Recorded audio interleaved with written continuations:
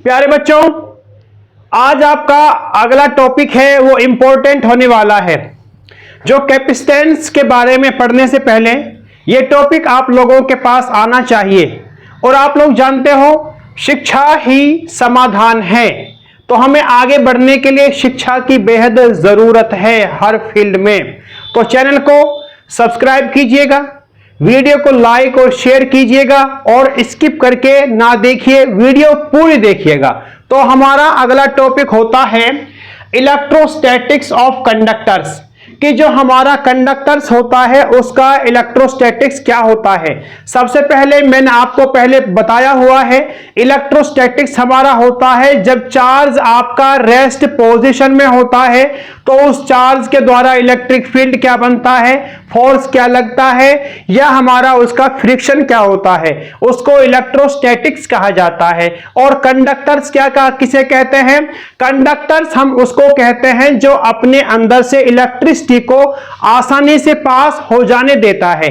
और इसके अलावा हम जानते हैं कि जो हमारी सारी मेटल्स होती हैं वो कंडक्टर्स होते हैं। वो कंडक्टर्स हमारे क्यों होते हैं? क्योंकि उनके अंदर जो हमारे फ्री चार्ज होते हैं, जो फ्री चार्ज कैरियर्स होते हैं, उनकी मात्रा ज्यादा होती है, उनका अमाउंट ज्यादा होता है। तो प्यारे बच्चों, आगे ज्यादा वक्त ना लेते हुए हम अपने टॉपिक पे आते हैं। हमारा टॉपिक है electrostatics of conductors. Electrostatics of conductors के बारे में समझने के लिए सबसे पहले हम इसमें एक हेडिंग बनाते हैं। क्या हेडिंग बनाते हैं? या नंबर 1 पॉइंट इसमें हम बनाते हैं, हमारा क्या होता है, इन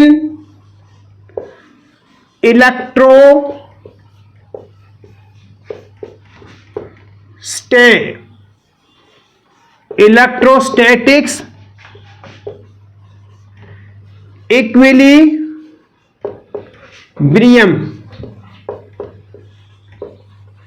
in electrostatics equilibrium electric field is zero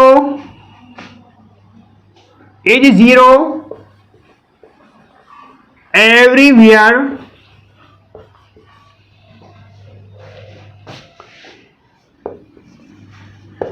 inside the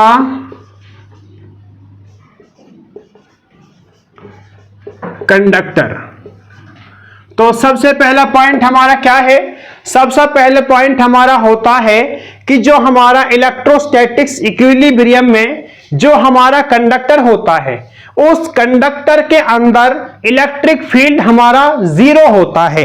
या आप लोगों से कोई क्वेश्चन पुटअप कर सकता है कि कोई कंडक्टर है, उस कंडक्टर के अंदर हमारा इलेक्ट्रिक फील्ड जीरो होता है या नहीं होता है। तो सबसे पहले हमें पता होना चाहिए कि कोई भी कंडक्टर हमारा है, उस कंडक्टर के अंदर हमारा इलेक्ट्रिक फील्ड जीरो होता है। और अगर फिर आपसे पूछे इलेक्ट्रिक फील्ड हमारा जीरो कैसे होता है, तो इसको समझने के लिए हम क्या करते हैं, सबसे पहले हम एक एक्सटर्नल इलेक्ट्रिक फील्ड अप्लाई करते हैं। माना कि ये हमारा कोई भी एक्सटर्नल इलेक्ट्रिक फील्ड है, यहां पर हम मान लेते हैं पॉजिटिव चार्ज मान लेते हैं, यहां पर हम नेगेटिव चार्ज मान लेते हैं। ये आप लोगों का कोई भी ये आपका दे रखा है एक्सटर्नल इलेक्ट्रिक फील्ड, हमने यहां पर अप्लाई किया है। और इस एक्सटर्नल इलेक्ट्रिक फील्ड के अंदर हमने यहां पर एक कंडक्टर रख दिया। क्या रख दिया? हमने एक कंडक्टर रख दिया जिसको हमने नाम दिया है ABCD। क्या रख दिया? ABCD एक कंडक्टर रख दिया। और अब क्या होगा कि जो ABCD कंडक्टर है, यहां इसकी जो सरफेस AB है, इस AB सरफेस से इलेक्ट्रॉन्स हमारे CD सरफेस की तरफ जाना शुरू हो जाएंगे। कहां होगा? तो हमारे AB से CD की तरफ इलेक्ट्रॉन्स हमारा फ्लो करना शुरू कर देंगे।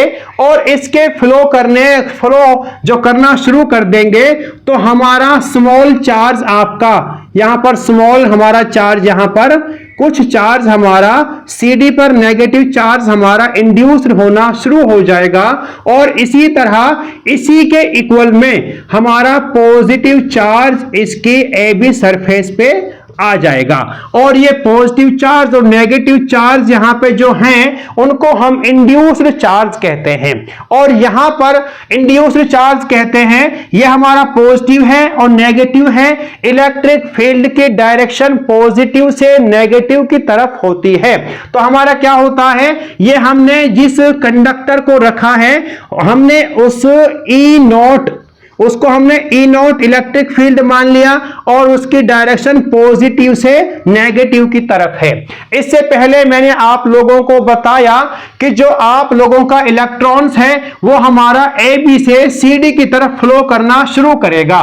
तो यहां पर क्या है, इसकी वजह से इलेक्ट्रिक फील्ड हमारा प्रोड्यूस होना शुरू हो जाएगा और जो इलेक्ट्रिक फील्ड प्रोड्यूस हो रहा है उसको हम EP से डिनोट करते हैं कि हमारा EP इलेक्ट्रिक फील्ड जो प्रोड्यूस हुआ है वो है। अब यहां AB से CD की तरफ जो इलेक्ट्रॉन हमारे जा रहे हैं तो ये इलेक्ट्रिक फील्ड उनका अपोज करता है। क्या करता है, उनका अपोज करता है। तो अपोज करने के साथ में ऐसी कंडीशन आती है कि इलेक्ट्रॉन हमारे AB से CD की तरफ जाना रुक जाते हैं और हमारा जो ई नॉट है वो EP के बराबर हो जाता है। क्या हो जाता है, इलेक्ट्रिक फील्ड जो प्रोड्यूस हुआ है वो इलेक्ट्रिक फील्ड अप्लाइड है उसके बराबर हो जाता है। तो लेकिन बराबर हैं लेकिन दोनों कहां हैं, एक दूसरे के अपोजिट डायरेक्शन में। कहां है, एक दूसरे के अपोजिट डायरेक्शन में। तो इस कंडक्टर के अंदर अगर हम इलेक्ट्रिक फील्ड निकालना चाहें तो क्या हो जाएगा, ई नॉट माइनस EP, ये दोनों आपस में बराबर हैं तो इनकी वैल्यू यहां पर 0 निकल के आएगी। इस तरह हम कह सकते हैं कि जो आपका कोई भी कंडक्टर होता है उस कंडक्टर के अंदर हमारे इलेक्ट्रिक फील्ड की वैल्यू 0 होती है। तो प्यारे बच्चों ये फर्स्ट पॉइंट आप लोगों के समझ में आ गया होगा। तो अब यहां पर हम सेकंड पॉइंट करते हैं। सेकंड पॉइंट हमारा इलेक्ट्रोस्टैटिक्स ऑफ कंडक्टर्स का क्या होता है। सेकंड पॉइंट हमारा होता है, हम यहां पे कह सकते हैं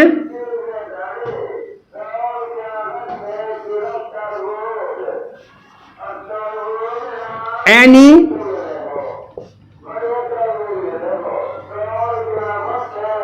excess charge on isolated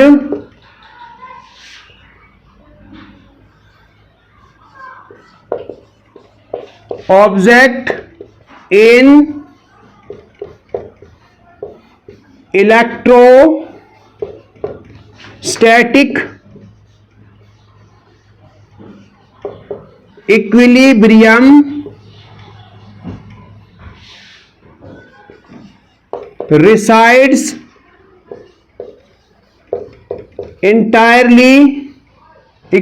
resides entirely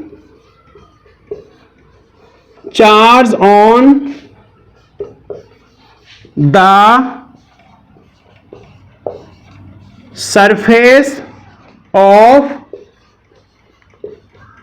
conductor. तो हमारा क्या कह रखा है, इसमें कह रखा है कि जो हमारा एक्सेस चार्ज होता है वो एक्सेस चार्ज हमारा किसी भी कंडक्टर के ऊपर, तो वो हमारा कोई भी आइसोलेटेड ऑब्जेक्ट है या आइसोलेटेड सब्सटेंस है, उस आइसोलेटेड सब्सटेंस जो आपका इलेक्ट्रोस्टैटिक इक्विलिब्रियम में है तो वो चार्ज आपका रिसाइड्स मतलब फैल जाएगा उस कंडक्टर की सरफेस के ऊपर। और वो हमारा किस तरह फैलता है इसको समझने के लिए हम कहते हैं, मान लेते हैं कि ये आप लोगों का कोई भी कंडक्टर है। अब इस कंडक्टर के अंदर हम पॉजिटिव या नेगेटिव चार्ज मान सकते हैं। ये हमारा क्या है, एक्सेस चार्ज हमने यहां पर मान लिया। और आप लोगों ने चार्ज की प्रॉपर्टी को पढ़ा होगा, जो आपके सेम चार्ज होते हैं उन सेम चार्ज के बीच में फोर्स ऑफ रिपल्सन लगता है।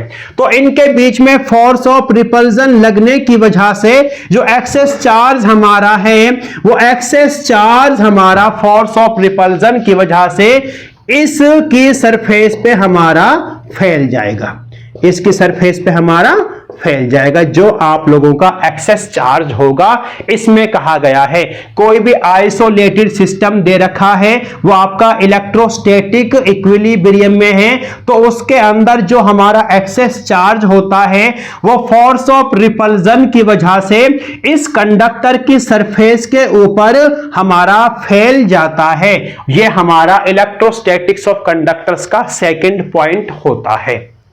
तो ये आपके समझ आ गया होगा। तो इसको आप लोग नोट कर लीजिए। तो नोट करने के लिए बाद में आप अपना हम थर्ड पॉइंट कराते हैं। जल्दी से नोट कर लीजिए इसको। तो आप लोगों ने नोट कर लिया होगा। तो हम यहां पर अपने थर्ड पॉइंट पर आते हैं। तीसरा पॉइंट हमारा इलेक्ट्रोस्टैटिक्स ऑफ कंडक्टर्स के बारे में क्या कहता है। इलेक्ट्रोस्टैटिक्स ऑफ कंडक्टर्स के बारे में थर्ड पॉइंट हमारा क्या कहता है। थर्ड पॉइंट हमारा कहता है, तीसरा पॉइंट हम यहां पर कर लेते हैं इलेक्ट्रिक फील्ड के बारे में। Electric field, electric field pause कर। Electric field just outside the charged conductor is perpendicular, charge conductor is perpendicular to the surface of conductor at every point। इसमें क्या कह रखा है, इसमें हम आपको कह रखा है, यह आपका हो गया चार्ज्ड, CHARGED, चार्ज कंडक्टर। कोई भी आप लोगों का चार्ज्ड कंडक्टर है, उसकी सरफेस पे इलेक्ट्रिक फील्ड हमारा क्या होता है, उसके आउटसाइड जो सरफेस है उस कंडक्टर की सरफेस पे इलेक्ट्रिक फील्ड हमारा परपेंडिकुलर होता है। और वो परपेंडिकुलर किस तरह होता है, प्रत्येक पॉइंट पे। माना कि ये हमारा कोई भी चार्ज्ड कंडक्टर है, इस चार्ज कंडक्टर के ऊपर जो हमारा इलेक्ट्रिक फील्ड होगा वो हमारा परपेंडिकुलर होगा। और इसके लिए हमारी एक कंडीशन और है, अगर पॉजिटिव चार्ज है तो पॉजिटिव चार्ज के लिए हमारा जो इलेक्ट्रिक फील्ड होगा वो नॉर्मली आउटवर्ड होगा। क्या होगा, पॉजिटिव चार्ज के लिए इलेक्ट्रिक फील्ड हमारा नॉर्मली आउटवर्ड होगा। अगर नेगेटिव चार्ज आपका है तो नेगेटिव चार्ज के लिए जो हमारा इलेक्ट्रिक फील्ड है नॉर्मली वो इनवर्ड होगी। क्या होगी, नॉर्मली इनवर्ड होगी। इसका मतलब क्या है कि कोई भी कंडक्टर है, उसकी जो सरफेस चार्ज डेंसिटी है, अगर वो उसकी वैल्यू 1 से ज्यादा है तो हमारे इलेक्ट्रिक फील्ड जो होगा वो नॉर्मली उसकी डायरेक्शन आउटवर्ड होगी। अगर हमारे सरफेस चार्ज डेंसिटी है, उसकी वैल्यू अगर 1 से कम होती है तो उसके लिए हमारे इलेक्ट्रिक फील्ड जो होता है वो नॉर्मली इनवर्ड उसकी डायरेक्शन होती है। इसको हम यहां पर शो कर देते हैं। ये हमारा पॉजिटिव चार्ज के लिए, ये हमारा नेगेटिव चार्ज के लिए। इससे भी आप लोग पता कर सकते हो। तो हमारा इसमें ऐसा क्या है कि जो आपका इसका ये हमारा इस आउटसाइड सरफेस पे इलेक्ट्रिक फील्ड परपेंडिकुलर होती है। इसका रीजन क्या होता है, इसका रीजन हमारा होता है कि जो आपका इलेक्ट्रिक फील्ड आपका यहां पे होगा, इलेक्ट्रिक फील्ड को जब हम दो कंपोनेंट में तोड़ेंगे, ई साइन थीटा और ई cos थीटा आप लोगों का होता है। तो इसका हमारा इस सरफेस का जो टेंजेंट होगा, इस सरफेस का जो टेंजेंट होगा वो हमारा ई cos थीटा जो हमारा दे रखा है, टेंजेंट इस पे डाला जाएगा तो उस टेंजेंट और ई cos थीटा के बीच में 90 डिग्री का एंगल बनता है। क्या बनता है? 90 डिग्री का एंगल बनता है। तो 90 डिग्री का एंगल बनने के साथ में जो हमारा ई cos थीटा है उस कंपोनेंट की वैल्यू हमारी 0 हो जाएगी। क्या हो जाएगी? उस कंपोनेंट की वैल्यू हमारी 0 हो जाएगी और जो ई sin थीटा है वो इसके हमारा क्या रहेगा? परपेंडिकुलर रहेगा। इसी वजह से हम कह सकते हैं कि आप लोगों का कोई भी चार्ज्ड कंडक्टर दे रखा है, उसकी आउटसाइड जो सरफेस दे रखी है उस पर हमारा इलेक्ट्रिक फील्ड परपेंडिकुलर होता है।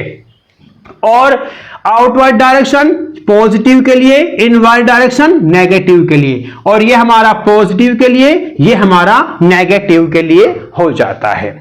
ठीक है, यहां तक प्यारे बच्चों आपके समझ आ गया होगा। आई होप प्यारे बच्चों यहां तक इसको नोट डाउन कर लीजिए। तो ठीक है, हम आगे चलते हैं अपना नेक्स्ट टॉपिक, इसमें नेक्स्ट पॉइंट हम कर लेते हैं। नेक्स्ट पॉइंट आप लोगों का होता क्या है? देखिए आप लोग, नेक्स्ट पॉइंट हमारा होता है चौथा पॉइंट इलेक्ट्रोस्टैटिक पोटेंशियल के बारे में। तो हमारा क्या होता है? Electrostatic potential is constant throughout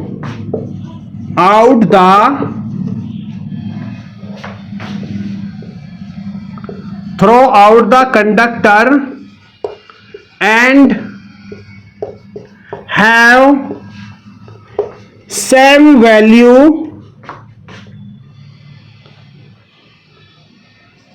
as on the surface। जो हमारा क्या होता है, जो आप लोगों का इलेक्ट्रोस्टैटिक पोटेंशियल होता है, उस इलेक्ट्रोस्टैटिक पोटेंशियल की वैल्यू हमारी किसी भी कंडक्टर के ऊपर, किसी भी कंडक्टर के अंदर हमारी क्या होती है? कांस्टेंट होती है। और इसी तरह उसकी जो सरफेस हमारी होती है, उस सरफेस के ऊपर भी हमारा इलेक्ट्रोस्टैटिक पोटेंशियल कांस्टेंट होता है। इसका मतलब क्या कहा गया है? माना कि ये हमारा कोई भी आपका कंडक्टर है, इस कंडक्टर के अंदर हम जानते हैं इलेक्ट्रिक फील्ड जो होता है वो 0 होता है, और इस कंडक्टर के अंदर इलेक्ट्रोस्टैटिक पोटेंशियल की वैल्यू हमारी क्या होती है? कांस्टेंट हमारी होती है। कांस्टेंट हमारी कैसी होती है? देखो, इलेक्ट्रिक फील्ड की वैल्यू 0 है हमारी, तो यहां पर इसके अंदर हमारा कोई भी पॉइंट है, माना यहां पॉइंट और यहां पॉइंट मान लिया, अगर हम चार्ज को इस पॉइंट से इस पॉइंट पर लेके जाएंगे तो हमको कुछ भी वर्क डन नहीं करना पड़ेगा। इसका मतलब क्या है? वर्क डन हमारा 0 है। तो वर्क डन हमारा जब 0 होगा तो फिर क्या है? तो हमारा इलेक्ट्रोस्टैटिक पोटेंशियल इस चार्ज, जो हमारे ये चार्ज कंडक्टर दे रखा है, इसके अंदर पोटेंशियल हमारा कांस्टेंट होगा। और इसमें क्या कह रखा है कि इसके अंदर हमारा पोटेंशियल और इसके बाहर जो पोटेंशियल, उनकी वैल्यू सेम होती है। मतलब अंदर कांस्टेंट है तो बाहर भी कांस्टेंट होता है। बाहर हमारा क्या होता है? हम यहां पर जानते हैं कि बाहर हमारा क्या है कि जो इसका कॉस कंपोनेंट होता है, जो इलेक्ट्रिक फील्ड का हमारा कॉस कंपोनेंट होता है, उसकी वैल्यू हमारी 0 होती है। तो 0 होने के साथ में इस पॉइंट से इस पॉइंट, या कोई भी सरफेस पे पॉइंट हमारा दे रखा है, उस पर चार्ज को एक पॉइंट से दूसरे पॉइंट तक ले जाने में हमको कुछ भी वर्क डन, मतलब वर्क डन हमको 0 करना पड़ता है। वर्क डन की वैल्यू 0 होती है। इसी बेस पर हम कह सकते हैं कि इसकी जो सरफेस है, उस सरफेस के ऊपर भी इलेक्ट्रोस्टैटिक पोटेंशियल की वैल्यू हमारी कांस्टेंट होती है। इलेक्ट्रोस्टैटिक पोटेंशियल की वैल्यू कांस्टेंट हमारी होती है। तो प्यारे बच्चों ये आपका फोर्थ पॉइंट हो गया। अब इससे अगला हम पांचवा या फिफ्थ पॉइंट कर लेते हैं। फिफ्थ पॉइंट हमारा क्या होता है? फिफ्थ पॉइंट हमारा होता है, कोई भी आप लोगों का कंडक्टर है, उस कंडक्टर के ऊपर इलेक्ट्रिक फील्ड की value sigma by epsilon not होती है। मतलब क्या कहा गया है? The value of electric field on the surface of conductor is sigma by epsilon not an unit vector. मतलब क्या कहा गया है? मतलब यहां पर कहा गया है कि कोई भी कंडक्टर है, उस कंडक्टर की सरफेस के ऊपर इलेक्ट्रिक फील्ड की वैल्यू हमारी ये होती है। ये हमारी कैसे? और सबसे पहले हम यहां पर एक सरफेस मान लेते हैं। हमने यहां पर एक क्लोज्ड सरफेस यहां पर मान ली। क्या मान ली? एक क्लोज्ड सरफेस हमने यहां पर मान ली है। तो इसके मानने के साथ में हम यहां पर एक स्मॉल सिलेंड्रिकल सरफेस मान लेते हैं। क्या मान लेते हैं? एक स्मॉल सिलेंड्रिकल सरफेस हम यहां पर मान लेते हैं। तो स्मॉल सिलेंड्रिकल सरफेस मानने के साथ में सबसे पहले तो आप लोगों को पता है कंडक्टर के अंदर हमारी इलेक्ट्रिक फील्ड की वैल्यू 0 होती है। इलेक्ट्रिक फील्ड की वैल्यू 0 होती है। इसके अलावा अगर हम इसके अंदर इलेक्ट्रिक फ्लक्स निकालते हैं तो इलेक्ट्रिक फ्लक्स की वैल्यू पॉजिटिव या नेगेटिव E इंटू ds आप लोगों की निकल के आती है। वो कैसे आती है? अगर हमारा सिग्मा की वैल्यू, सरफेस चार्ज डेंसिटी की वैल्यू अगर हमारी 1 से ज्यादा है तो फाई हमारा पॉजिटिव eds निकल के आएगा। अगर हमारा सिग्मा की वैल्यू 1 से कम होती है तो इलेक्ट्रिक फ्लक्स हमारा नेगेटिव निकल के आएगा। तो सबसे पहले क्या करना है आप लोगों को इसके अंदर टोटल चार्ज निकालना है। टोटल चार्ज आप लोग जानते हो Q is equal to sigma into small surface element आपका हो जाएगा।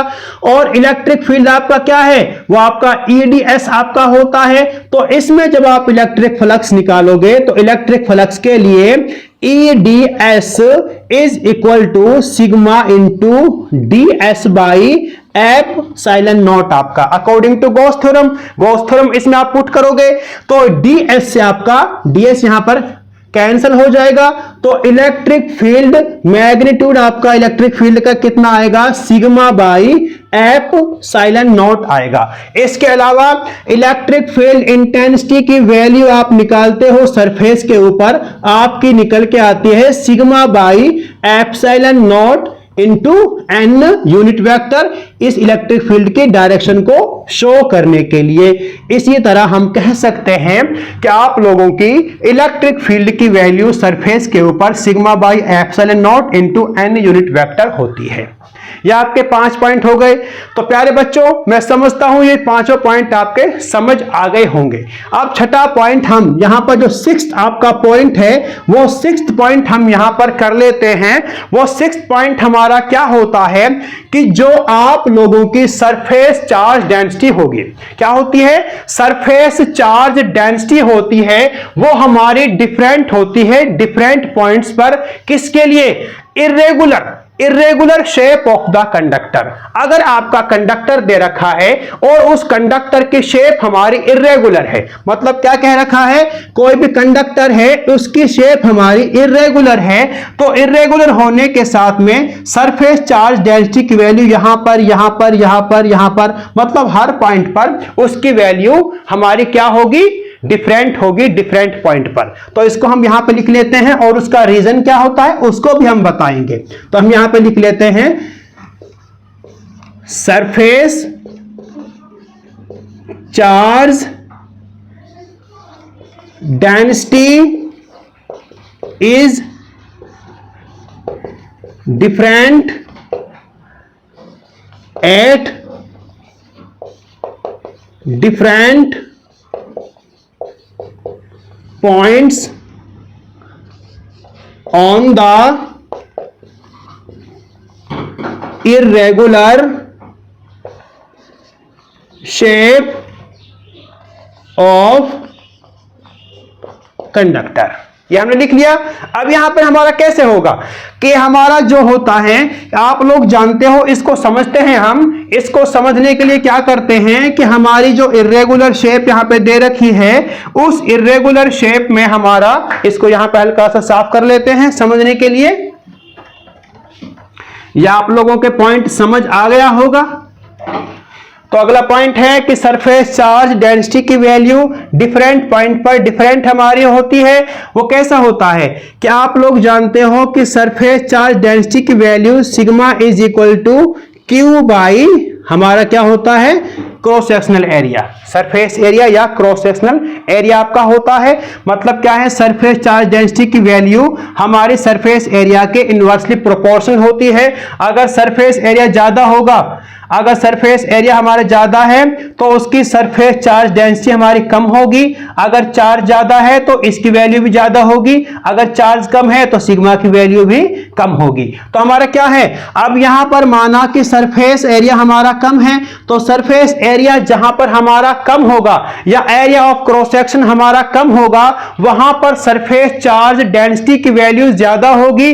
अगर हमारा सरफेस एरिया की वैल्यू कम होती है तो वहां पर सरफेस चार्ज डेंसिटी की वैल्यू ज्यादा होगी। अगर सरफेस एरिया हमारा ज्यादा है तो वहां पर सरफेस चार्ज डेंसिटी हमारी कम होगी। आई होप बच्चों आप लोगों के ये जो टॉपिक है इलेक्ट्रोस्टैटिक्स ऑफ कंडक्टर्स आपके अच्छी तरह समझ आ गया होगा।